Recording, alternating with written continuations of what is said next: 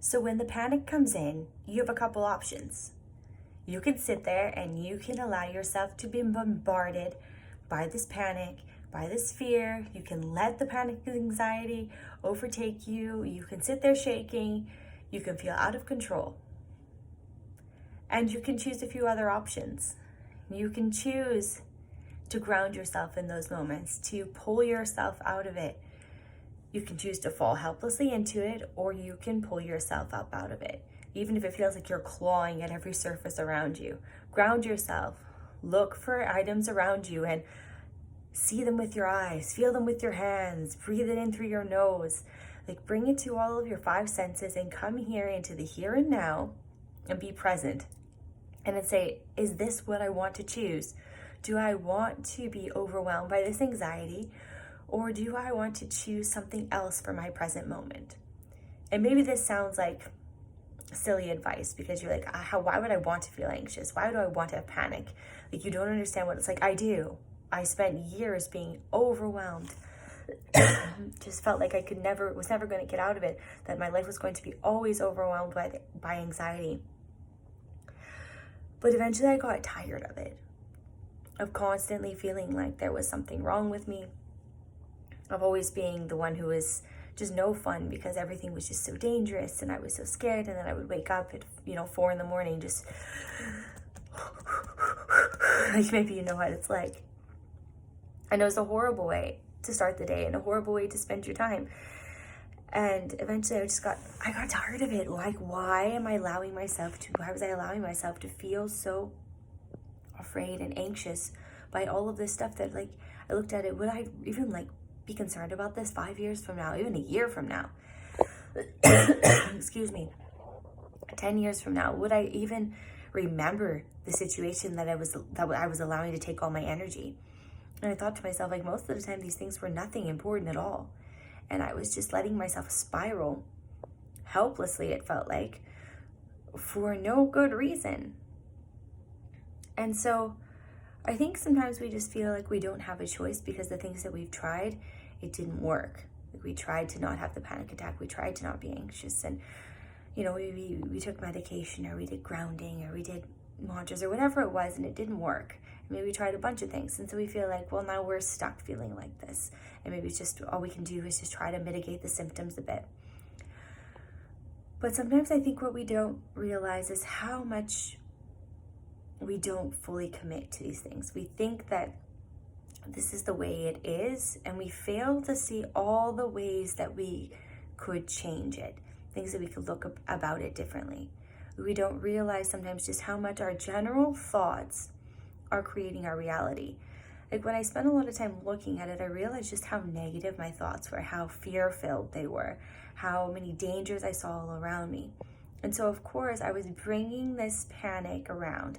I was perpetuating the cycle of panic. So in my day, I was always finding all these dangers and these problems and looking at everything fear-filled, and filling my body with these anxious feelings. And sure, I would get things done and I was very productive and I used that energy to fuel my day. But then at night, it would come out in nightmares or panic attacks that I'd wake up with, because that anxiety that I'd pushed away all day or used to fuel me, it needed to be released, so it would come out. And then I'd start my day, though, filled with this anxiety from the nightmares or the panic attacks that I'd been woken up with early in the morning. And then I'd spend my day being afraid, and I'd look at the world all scared and perpetuate this anxiety throughout the day, running around trying to get everything done, feeling anxious, and then go to bed, and then have the nightmares and panic attacks come on, and then just around and around it would go. And it wasn't until I was able to just stop and really look at this cycle that I was stuck in that I was able to see that how much power I did actually have. And that really started for me being able to change my perspective on a lot of things. And just being able to look at, where is this fear coming from? Why am I looking at the world through this lens of fear? Why am I seeing so many dangers and alerts all around me? Like, what is it that's brought me to this place? Have I always felt like this? Or is it something that happened that's now causing me to feel like this? It was a lot of self-reflecting questions, and just looking in on it and feeling in on it and being like, is this really how I want to live my life? Is this the example I want to set for my kids? Is this the legacy I want to leave behind? And I started to realize, like, the things that I'm being so anxious and worried about, I'm not going to care about in a year from now, 5 years from now, 10 years from now. Why am I giving myself gray hairs about these things that are so non-important? And so it really took a lot of just like looking at that underlying fear, where it stemmed from, and doing that deep trauma work to let go of that base sense of fear and being afraid and feeling like fears of abandonment, dangers all around, like looking at that and seeing where that came from and being able to let that go, and then being able to, change, reframe it, and review the world through a different lens, like choosing to look at the world differently. Of course, there's always something that could happen, but a good thing that could happen too. It doesn't have to just be a bad thing that can happen. And then it also was about also looking at sometimes that fear. If you look at the flip side of fear, the flip side of fear is excitement. And so sometimes I've looked at and realized that that feeling that I was labeling as fear, if I looked at it from a positive perspective, it actually was excitement.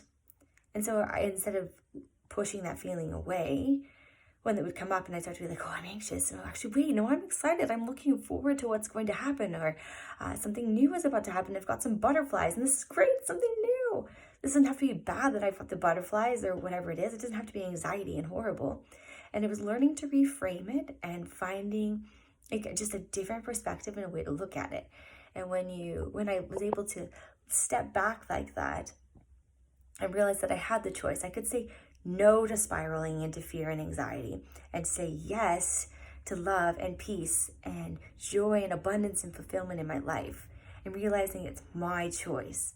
I was the one allowing myself to spiral negatively, and it was my choice whether I allow myself to like jump upwards positively.